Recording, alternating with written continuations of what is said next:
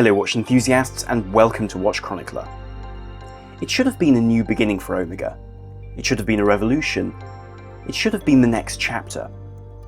Instead, the Omega Globemaster remains one of the most unsuccessful watches launched in recent years by this Swiss giant, and in my opinion totally undeservedly. Even so, the failure of the Globemaster to capture an audience isn't good enough for a video. No. What I'd like to talk about today is why the Globemaster is the dark night of the Omega range, the watch which people might not see, which presents the future of this brand.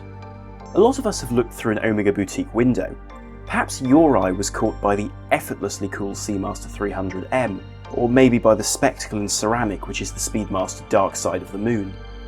But did your eye catch the elegant, understated dress watch beside them? Well, that was the Globemaster, Omega's answer to the future of their brand, and to the failing of dress watches in the face of luxury sports watches in recent years. But why am I making such a fuss about the Omega Globemaster? And why is it the watch which, in my opinion, truly unites Omega's past, present and future in a package which, whilst not necessarily popular at the moment, is just what Omega needs for the long run? To understand this, we have to go way back to the origins of the Constellation, Omega's finest timepiece, and the very background of the Globemaster. For much of the mid-20th century, for the average man, an Omega represented an elegant and supremely well-made dress watch. Let's remember that the post-war years were a time of reconstruction, and for many countries a time of growing prosperity. For a man travelling to the city for work, a stunning timepiece was part of his armour, and a key tool to manage a busy day. For this, Omega offered three levels. The oldest, and for many the benchmark, was the Seamaster.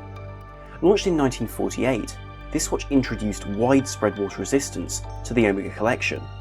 Below the Seamaster sat the Genève from 1953. Initially offered only as a smaller 30mm piece, this collection quickly became a more accessible and somewhat less prestigious cousin. Following Omega's centenary in 1948 and the production of Omega's first automatic chronometer, this brand noticed a spike in the popularity of just such a watch. Therefore, in 1952, they returned with a model to crown the peak of the Omega collection, the Constellation. From the beginning, the aim of the Constellation was obvious: to be the very definition of a supremely refined Swiss watch. Where the Genève used simple, elegant cases, and the Seamaster presented iconic wide lugs for a sporting gentleman, the Constellation went a step further. Beginning with curved, detached lugs and a stunning decagonal crown, this watch evolved through stages, and by the 1960s included the iconic pipe hand dial and the chronometer caliber 564, a movement still regarded by many as a masterpiece. Some elements first shown in the Constellation collection went further still and shaped the very brand which Omega now is. Stylistically, details such as the fluted bezel on later versions and the faceted pipe hand dial on early examples gave a rubric for elegance from Omega, whilst the angled lugs, crown and even the date window were the product of a young Gerald Genter cutting the teeth which would revolutionise watch design with the 1972 Audemars Piguet Royal Oak. Further still went a sense of quality. The movements used, whether early bumper movements or later 500 and 560 series automatics, were tested to the very highest of standards.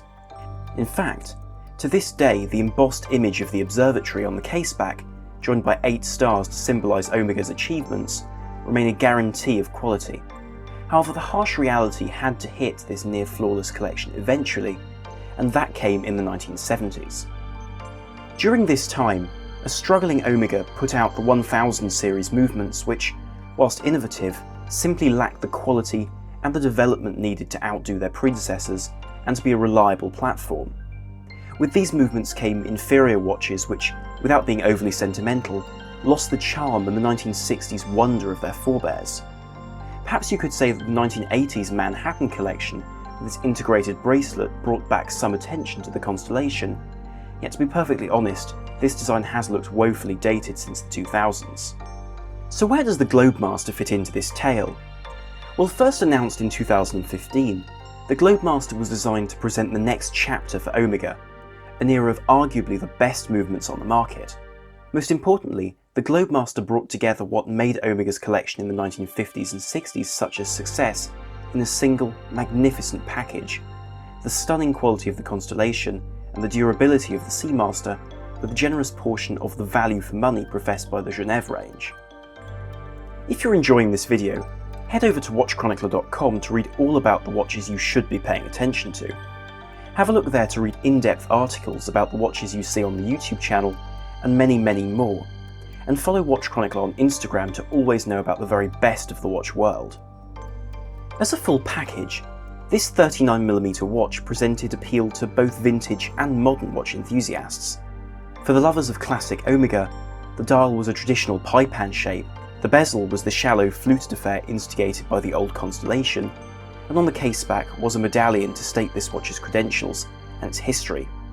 But if this watch was anchored in place by classic pedigree, it was its modern execution which Omega hoped would make it a centrepiece to their collection. Where the old Constellation wasn't practically water resistant, the new one was to 100 meters. In place of onyx-filled markers, there were luminous ones to match the hands, and at this watch's core was a movement to conquer back what had once been Omega's ground, the master co-axial chronometer caliber 8900. Based on Omega's 8500 movement from 2007, which was the first to be built expressly to house George Daniels' revolutionary co-axial escapement, Omega needed to cement a reputation for absolute accuracy.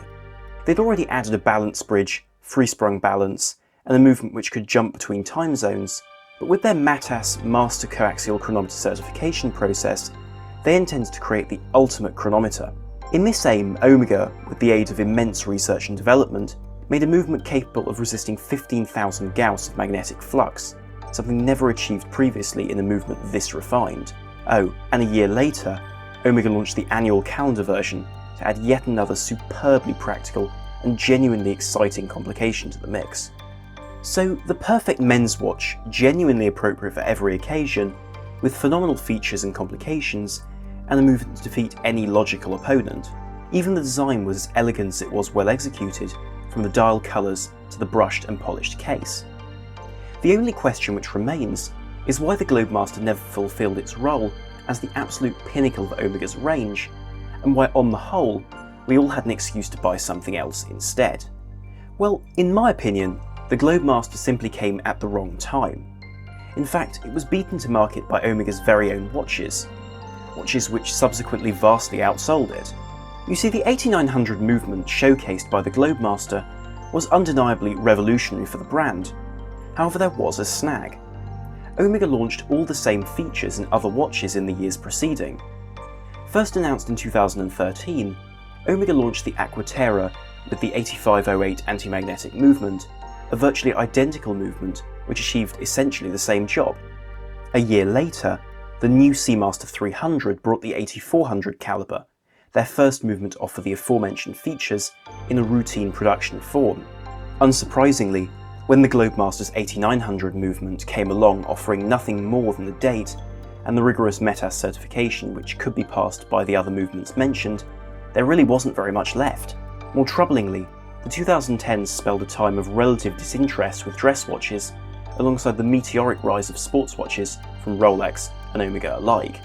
Left in the centre of this mix was an Omega which, whilst the beginning of a new chapter for the brand, could never quite live up to expectations, since the sports watches offered by Omega were cheaper, more desirable, and courtesy of Omega's release schedule, giving comparable movements too. To add to this, in a culture of sports watch buying, the hugely versatile Aquaterra remains to this day over £1,000 less expensive, something which makes the more luxurious Globemaster a difficult pill to swallow even for the greatest lover of this particular variant. So why should you still pay attention to the seemingly overpriced and underjustified Globemaster? Well, because it's the one watch in the Omega range which doesn't adhere to any passing fads, and which brings everything we love about Omega together in a true celebration. When the faux patina of the Seamaster 300 and the current interest in chronographs fades, the Globemaster with its svelte proportions, superlative quality and perfect sizing will remain a phenomenal companion and not dependent on any sort of advertising scheme. As a closing note, let's return to the Dark Knight analogy. And whilst I'm not going to try to stand in for Gary Oldman, the Globemaster is the watch which Omega deserves, but not necessarily the one which it needs right now. Thank you very much for watching, and if you enjoyed this video, please remember to like, share and subscribe. It really helps. This is Armon from from watchchronicler.com, out.